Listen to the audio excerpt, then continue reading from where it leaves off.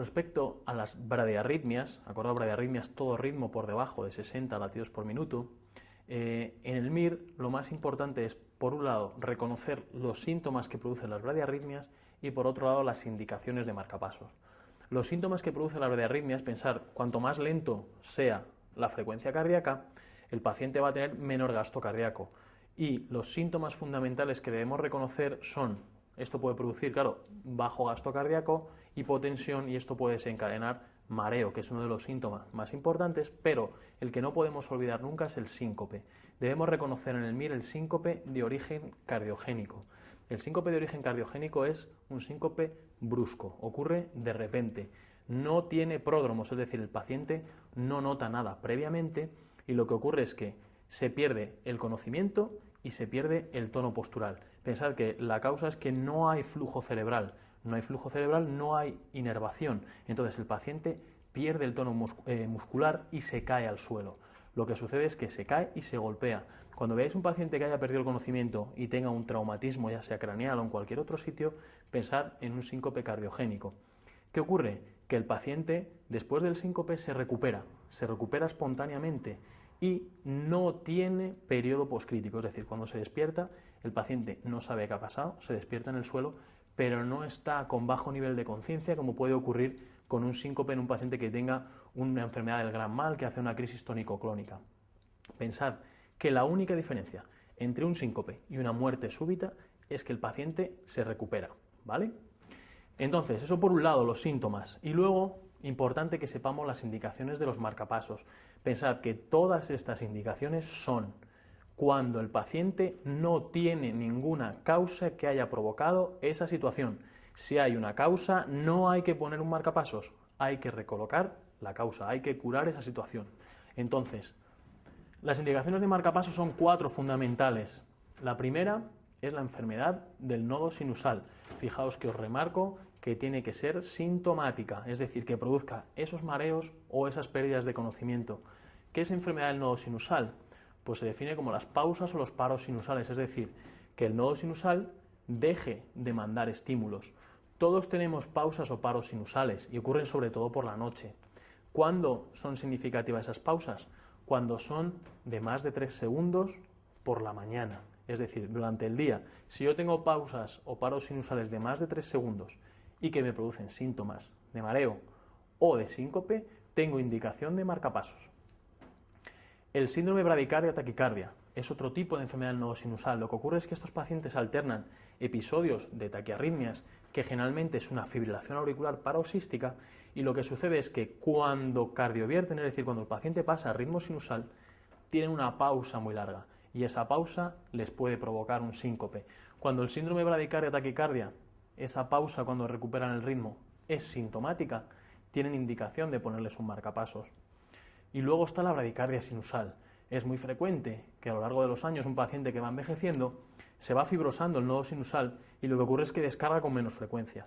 Pues si la bradicardia sinusal es sintomática, es un ritmo sinusal pero lento, 40-35 latidos, que produce síntomas, habrá que ponerle un marcapasos. El siguiente grupo son los bloqueos auriculoventriculares. Debemos recordar que tienen indicación de marcapasos los bloqueos AV de segundo grado tipo 1, es decir, los que hacen ritmo de Benkeback, solo cuando producen síntomas. Si no producen síntomas, no hay que hacer nada. Mientras que en los de segundo grado tipo 2, es decir, los que no hacen Benkeback, o los bloqueos auriculoventricular completos, se les pone un marcapaso, independientemente de que tengan síntomas o no. El tercer grupo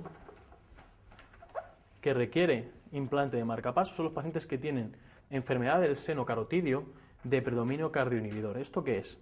Pensad que el glomus carotidio es la zona donde están los vasoreceptores. ¿Qué es lo que ocurre? Cuando hay una subida de tensión arterial, se activan los vasoreceptores y a través del nervio de Hering van al núcleo del tracto solitario, y ahí lo que hacen es inhibir el simpático y activar el parasimpático. Con esto, al inhibir el simpático, tenemos menos vasoconstricción y menos frecuencia cardíaca y fuerza de contracción, y al activar el parasimpático frenamos la frecuencia cardíaca y vasodilatamos. Con esto lo que se pretende es que baje la tensión arterial. ¿Qué sucede? Que los enfermos que tienen enfermedad del seno carotidio se les activa el glomus carotidio por circunstancias que no son fisiológicas. Por ejemplo, al rascarse, al girar la cabeza, al anudarse la corbata, estos pacientes se les activa el glomus carotidio y tienen un desencadenante de bajarles la tensión y bajarles la frecuencia cardíaca. ¿Qué sucede? Que en función de lo que predomine, podemos tener un paciente que tenga solo una respuesta que llamamos cardioinhibidora, es decir, que baje muchísimo la frecuencia cardíaca por inhibición simpática y activación parasimpática. O, en el extremo opuesto, puede ocurrir una respuesta vasodepresora, es decir, que al activar el parasimpático y inhibir el simpático, lo que ocurre es una vasodilatación muy importante con hipotensión muy brusca que no se pueda controlar con taquicardia y el paciente pierda el conocimiento. Son los dos extremos, en general hay una mezcla de los dos, pero cuando predomina lo cardioinhibidor, es decir, que con la activación del seno carotidio hay una frecuencia cardíaca muy lenta que produce síntomas, habrá que poner un marcapasos. Lógicamente, si la respuesta es vasodepresora, si yo pongo un marcapasos no consigo nada porque el problema es vasodilatación. En el cardioinhibidor sí, porque con el marcapasos prevengo que si baja la frecuencia cardíaca, el marcapasos entrará y evitará el síncope. Por último, los que os cuesta más entender son los bloqueos bi- y trifasciculares. ¿Esto qué es? Si nos acordamos, en nuestro sistema eléctrico del corazón teníamos el nodo sinusal, el nodo auriculoventricular, que venía el haz de His, la rama derecha y la rama izquierda con sus dos fascículos. Se considera un bloqueo bifascicular simplemente al bloqueo de rama izquierda. Pensad que tiene dos fascículos, el anterior superior y el posterior inferior. Y también será un bloqueo bifascicular la combinación de un bloqueo de rama derecha con cualquier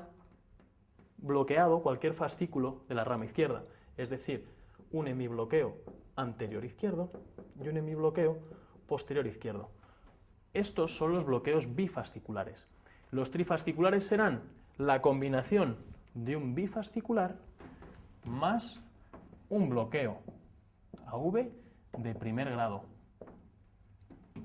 es decir, un PR de más de 200. Fijaos, muchos pacientes tienen bloqueo de rama izquierda o bloqueos bifasciculares que sea un bloqueo de rama derecha con cualquier hemibloqueo y no les pasa nada. Entonces, ¿cuándo pondremos un marcapasos a estos pacientes? Cuando tengan un bi o un trifascicular, el primer requisito es que tenga síntomas. Si no tiene síntomas no hay que hacer nada, pero si tiene síntomas de mareos o síncopes, lo que hay que hacer es un estudio electrofisiológico y lo que vamos a medir en ese estudio es el tiempo que tarda el estímulo desde que llega al haz de His hasta que despolariza todo el ventrículo. Eso es lo que se llama intervalo HV, el intervalo His-ventrículo. Si es prolongado, si es más de 100, hay que implantar un marcapasos. Entonces, un bloqueo biotrifascicular asintomático, nada. Si tiene síntomas, estudio electrofisiológico para medir el HV, que si es de más de 100, implantaremos un marcapasos. En nuestra pregunta, si nos fijamos, el paciente de la pregunta número 1, de la respuesta número 1, tiene un bloqueo V completo, pero tiene una causa, que es el infarto. Lo que hay que hacer es tratar el infarto para recuperar el bloqueo auriculoventricular. El de la pregunta 2, lo que tiene es un PR de 220, que es un bloqueo V de primer grado, y un bloqueo V de segundo grado tipo 1, asintomático, no hay que hacer nada. La correcta es la 3. Fijaos, es un paciente que tiene un bloqueo V de segundo grado tipo 1, pero también tiene rachas de bloqueo AV de tercer grado o bloqueo AV completo. Aunque no tenga síntomas, hay que ponerle un marcapasos. El paciente de la 4 y el paciente de la 5, todos los dos tienen causa que hay que tratar. El de la 4 está tomando fármacos que bloquean, betabloqueantes y dioxina, y el paciente de la 5 tiene hiperpotasemia. Siempre que veamos un paciente con un ritmo lento, deberemos descartar fármacos, deberemos descartar isquemia y deberemos descartar trastornos hidroelectrolíticos, sobre todo hiperpotasemia. Una vez que descartemos esto, si cumple los criterios de implante de marcapasos, se lo pondremos.